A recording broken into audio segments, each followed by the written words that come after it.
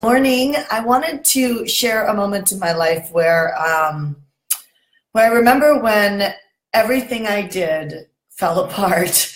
I know, not to start all gloomy and doomy, but the truth is I used to be at a phase in my business and my life where my relationships fell apart, and also my business deals. Like I used to, I don't know if you've ever experienced this, but like I used to think that things were coming together. Like I would look in my business, and at the time it was in real estate, and it would look like I'd get a good investor, or there'd be a good property for me to sell, or even I would have some good success for like maybe a week and sell some things. It would look like things were turning around and moving in the right direction.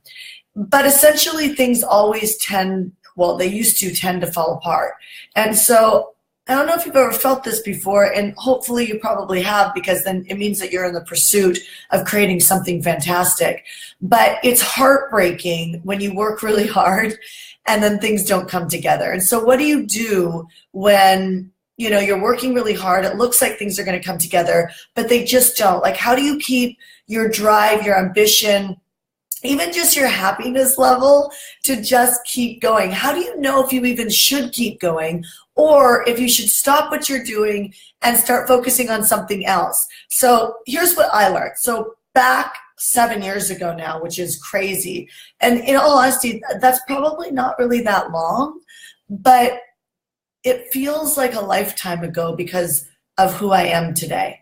And, I've had many of those moments where I thought deals were going to come together. Like I remember being in real estate, and my first week on the job, my first 2 weeks on the job, I actually sold a lot of real estate, meaning that I just sold a couple homes that were high priced. And I thought, oh my gosh, I'm in the money. And the market was rocking, and about 2 months later it crashed. And I was like, okay, this is crazy. The market is crashing. And it kept crashing. And what I did was I really turned lemons into lemonade. One thing I've always had is a good mindset. Even when I was depressed and things weren't working out, I still had a surrendered heart, a willingness to really do my spiritual practices. So back in that day, I used to journal about, what am I good at? What am I proud of myself for? Why am I proud of myself for that? That was like a huge tipping moment for myself when I did that. And I would just read A Course in Miracles. I mean, love Wayne Dyer. And I would just immerse myself in just surrendering. And in this surrendering, which was a very frustrating moments in my life, I would see these little glimpses of hope, right? Like another investor would come up and I'd meet this person, or I would have like this amazing meeting and it looked like everything was going to come together. And here's what I realized is I was a fast talker. I used to get so excited about an opportunity on my plate that I would just start telling everybody. I would get so excited about it, and I would end up really depressed because things wouldn't come together. And I'll never forget one of my girlfriends, Holly, said to me, I wanted her to do a leadership training like many, many years ago. And she said to me, I wanted her to do it with me. And she said to me, Shanda, I never know what's real with you and what's not, because you get so excited about pretty much anything. And half the time it never comes together. And I don't think I even allowed that to register at all. But now looking back on it, it was amazing feedback for me. And so I just want you to look into your life and what is the feedback you're getting from the people around you, right? Like, are they giving you feedback that they trust you, that you're powerful, that things come together for you, are you getting that feedback, or are people complaining at you that you're disconnected, you're not present, those type of things. So make sure you let some of that in so that you can realize that not all feedback, but common feedback is something that you want to pay attention to as you're growing your life and growing your business. Because here's what I know for sure. Left to my own mindset, especially when I was stuck. Really, honestly, I was pretty stuck up until probably about $800,000 a year. I know that sounds like a lot of money, but I was actually pretty stuck until that moment. I was very righteous about what I thought the right decisions were in my life, and I put the brakes on constantly. And I see this in some of my clients, and I work very hard to support them, because it's a hard place to live in control and righteousness, and it takes so freaking long to grow. So back then, I was reading A Course in Miracles. I was reading Wayne Dyer, and I remember there was a chapter in A Course in Miracles that really made a difference for me. And so I know I talk about scripture, and I talk about how I'm all into scripture now, and I've got my point of view on spiritual texts, like books and things like that now, and I'll share that in a minute. But I will say that this chapter in a lot about A Course in Miracles actually opened me up. It was like a gateway drug to God, to be quite honest. It was like a gateway drug to God. And I read this chapter, and if you've ever read A Course in Miracles, you read the chapter, and then what you do is you go practice that way of being for the day. And so there was a chapter on basically just stopping and like allowing space for other people to come in and contribute. So basically the way I interpreted it is to stop speaking, which was actually a way of letting go of control. Right? And so remember, all these real estate deals that I was trying to do, they were not coming together. And I remember in my mind, I actually thought that the people I was working with were stupid. I mean, I'm being really transparent here. I mean, I would cut them off when they were speaking on conference lines, and I would jump in and I would control the conversation, because if I didn't control the conversation, then it wasn't going to close. Meanwhile, my history was nothing closed. Like very, very little ever closed. Right? And so I'm on this call, and it's the UK, and it's me, and it's another developer, and I'm sitting here and I'm listening to the call, and these feelings and thoughts are coming up. Even this level of anger. I mean, I used to read emails, and I would read emails, and I'd get so emotionally triggered on the emails that I read something that wasn't even ever there. And I would fire off like responses to people, pissed off out of my mind. And then I would go back and read it, and it would be like, it didn't say anything like that. It like even my filters of actually reading were not real, right? And so I'm sitting on this call, and everybody's talking, and the anger's bubbling up inside me, because I'm like, shut up. Like, shut up, stop talking. Like, you're going to ruin it. You know, have you ever done this with people around you, your husbands, your wives, right? Where you're just like, please, like, you just need to stop talking right now, right? Like that type of energy was coming up while I'm trying to do a conference call to do a real estate deal. But I'm reading this chapter in A Course in Miracles, and I'm practicing, because I've always been a great student. I've always done the practice without the need to fight it, right? So even though I was very righteous and very much in control, as long as I was studying with a coach or studying a text, I was very coachable, so I would do it, even though I didn't believe, even though I didn't really think it would work out, even though I thought I knew better, right? The ego, or the enemy, has a very good way of thinking that we think we know what's best for ourselves. And I know that I could really upset some people by saying that. But let me tell you something. Your instincts are designed to keep you safe. And everything you want, like me having a baby, is not safe. Me telling you I want to have a baby, and I haven't been able to have a baby yet, my second baby, is not safe. Me growing my company is not safe. Right now I'm actually really in a moment of surrendering as we grow again, of like, okay, can I handle it? Right? And deep down inside, I know I can handle it, but it really takes an act of letting go of control to say, okay, I will accept the growth. Right? And so, because if we're left to our own thoughts, we will hold back, right? Or we'll do things like screw up a conference call, or disconnect from a good coach, or we'll do things that will actually cause us to step back, because our minds are driven to keep us safe in instinct, right? We stop feeling passionate. We disconnect, so we don't have the passion. And these are all symptoms. They're all symptoms of holding back, because at the end of the day, the whole game is self-realization. So why would you not just take the brakes off and go 100%? You won't if you're fearful. And what fear does, it hangs out with control. And so you'll control your moves. You'll control your moves and they'll feel logical, safe, or you're waiting for the next wave of inspiration. And so let me backtrack to this moment with A Course in Miracles. So I obey the text and I just keep my mouth shut. And I do the call, and lo and behold, the guy that was speaking that I thought was so stupid and that he was going to ruin the deal, right? I didn't think he was stupid in normal day life, but I thought he was making really bad, like he was talking about really ignorant things on the call that were going to prevent the deal from coming together because I wanted to control it. Well, I kept my mouth closed. Lo and behold, my first big deal came together. And I remember sitting in my office just bawling my eyes out because I remembered I my back against the door and I was sitting there and I was just crying in such connection with God in that moment because I realized that I was the only block. I was the block to freedom. I was the block to my confidence, because when so many things don't come together, you really do start to question, am I good enough?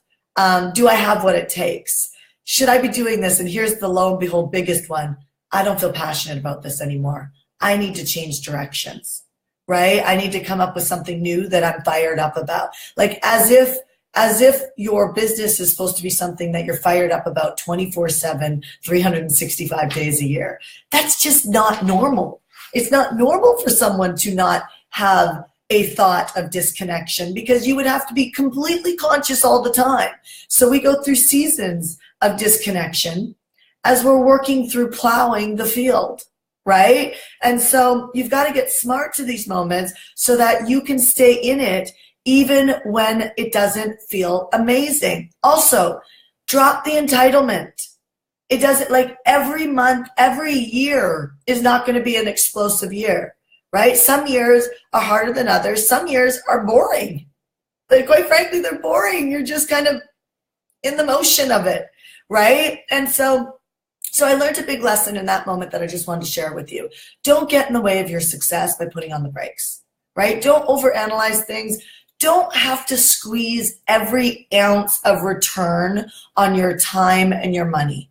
Right now, we're losing money in HeartCore as we're doing some things, right? Like we're losing big chunks of money as we're doing this big growth stage.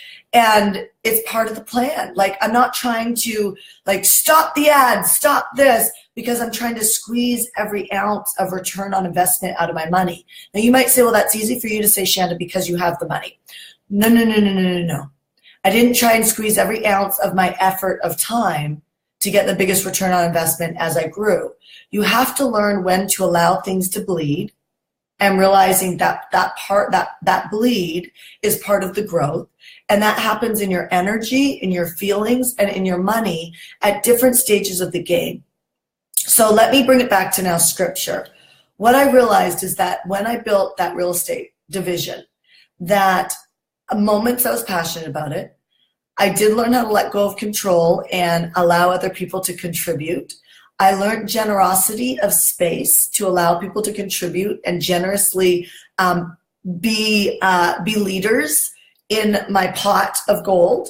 And we grew an incredible division, right? In fact, our sales were extraordinary. I've never sold like that ever since. It was just extraordinary moments in my life.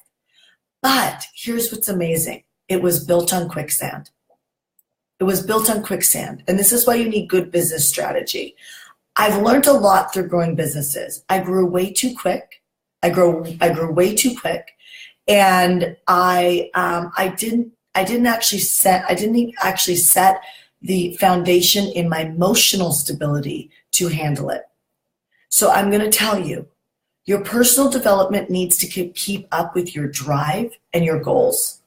Because the only reason why you either put the brakes on or you focus on the wrong thing because you think that's what you need and you put all the chips in that area, what happens is you miss the fundamental foundation of growing a company and a life the way you want to grow it. So this is why some years, and why you can't pull back, some years are not about explosive growth in your company. Some years are just about really just piecing together the team. Some years are about piecing together your own mindset.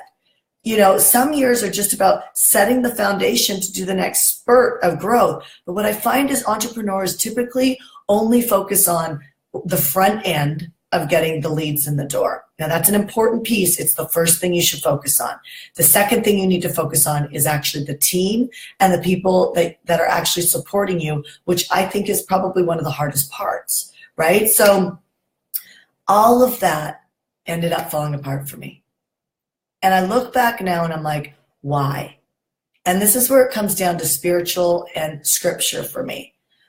In spiritual texts, and I'm going out on a major limb on this, and this is just my experience, I am willing to be wrong, but the spiritual text has always left out something. It's an interpretation of the laws. And here's the deal. Scripture says that the laws are not the most important thing. In fact, you don't need to follow the laws. And if you do follow all the laws, that massive amounts of spiritual context actually teaches us, like the law of polarity. There's a lot of them, right? So the movie The Secret, I love John Assaraf. I had him lead my Facebook Lives a couple weeks ago, right, for the movie The Secret. I mean, I have a lot of friends in this space, and I have these conversations with them constantly now, and a lot of them have actually been studying scripture after they kind of evolved past the spiritual context, right? And so there's a piece missing, because what you don't know is you can follow all of the laws. I'm not saying you don't know this. I'm saying what I didn't know is that you can follow all of the laws like I did, and I studied them for many years, and the rug keeps getting pulled out from under you. And the reason for that is because scripture actually says that the laws are not the most important thing. That scripture's already been written on your mind and your heart. And this is why, have you ever noticed when you have a bad breakup, you tend to just, I was like a random churchgoer, right? Like when you have a bad breakup, it's like you turn to the church and you go and you have a great personal development moment in the church during that time. Or you drop to your knees and you just pray and say, God, just tell me what to do, right? Like I was down on my knees this morning. Just tell me what to do. It's amazing that when shit hits the fan, that we just turn to the simple process of just praying, right? And what I realized is that when I read the full book, by the way, I was just telling somebody the other day, I read all of scripture last year for the first time. So I'm a rookie scripture reader. I read all of scripture last year, and I understood 6 passages. You want to talk about perseverance? I mean, every day I was like, please let this be interesting to me, because it is so freaking boring. I don't understand this. It is so boring. I mean, that's the truth. But I'd had this call for many, many years since I lived in Las Vegas. I had this call all the time to go to non-denominational Christian churches. And I had this call to learn scripture, but I never made the time for it. And so years, I feel like God was chasing me, and I never really gave into the scripture, because I hated the idea of being religious, right? I was like, I'm spiritual, not religious. And I loved the way spiritual text made me feel, because it gave me a plan. But the problem is if you have a piece of the formula missing out, it's like if I go to buy a real estate transaction and I don't read the disclosure right, then, I could end up putting myself in a world of hurt, right? Or if I miss a step, right? I could end up being in a world of hurt if I don't read the fine print on the loan that says that I've got a balloon loan, right? So my point is there was always something missing. And so things kept falling apart until I actually read the scripture. So I read a whole year, nothing made sense. Do you know what? January 1st of this year, I was just telling somebody this, every single piece of scripture, every single day has made complete sense. Complete sense. When Ash and I got married, I found a minister, and I said, do you read scripture? Because I really want scripture in our wedding. She said, I do, but the only piece about scripture that I cannot get behind is the piece that a woman has to completely surrender to serve her husband. And she goes, I'm just very spiritual, and I mix scripture in with what I do because I really like parts of scripture. But she said, I just can't like say that piece in your wedding. And I said to her, I really appreciate the journey you're on, but you've obviously not read the entire Bible, because here's what it says. Men are put on this earth to make women happy, that they are supposed to selflessly, so men that are being selfish about where they live, what they do, how they their agenda, are not living by scripture. And so they're going to feel a disconnection in their heart that always feels like a tug, right? Because they're supposed to if they will be happy when they get this, and they actually look at their wives and they actually break up their life so that they are focused on making us happy. So if that's their only goal in their marriage, they will actually find their fulfillment and life will start to work. Ladies, we're supposed to surrender the leadership to our husbands. Our husbands are supposed to have the leadership of the last say, but you can trust them. And scripture says this, your wife will never trust you with the leadership until she knows that you make the decisions based on her, not on you. So you can see that if you actually don't read the full text of the storyline and you only read a paragraph, that there's a disconnection in the formula, and now you have two people doing this, right? You have two people doing this. So I just wanted to share that with you today, that if things are not coming together, to just stop and realize, where are you breaking down in the system? What do you need to learn, or what do you need to surrender to so that you can have things work out? Here's what I can recognize standing where I am today. There is so much prosperity to be had in the world. When you learn how to cut, I imagine it's like an ice hole in a, like when a lake freezes over and you cut a hole in the ice and you drop a line and you fish. Like there's like an ice hole in the ceiling of your life, and money and prosperity and abundance and freedom is limitless in that hole. It's limitless, right? My point is once you get this, once you reduce your blocks to prosperity and you stop pushing so hard. I mean, I pushed, I followed the laws, I meditated. Everything I did was intense in my spiritual text. I even tried to not be intense because the spiritual text and the laws tell you not to be, right? Like I just tried to manipulate my way into freedom, and it doesn't work that way. It's a surrender of generosity. It's taking off the brakes. It's a high level of trust, even if you've fallen before, because that's part of it, right? It's being able to access a high level of trust and a very high level of commitment to be able to have the whole thing come together. So develop your faith. I don't care what your faith is. I will stand here and tell you that I study Christianity, but the truth is where I am in my journey, if you're Jewish or you're Mormon or whatever it is that you do, I really actually believe that you should just be all in, right? But what I will tell you is that scripture is where your freedom lies. And I really believe that. And I'm saying that to you from a non-religious place. I really don't feel like I'm religious at all. I really don't. I don't feel guilty if I don't read my Bible because I know what scripture says. I don't have to feel guilty for not reading my Bible. I don't feel guilty if I don't do everything right. I mean, that freedom emotionally gives you freedom in your bank account.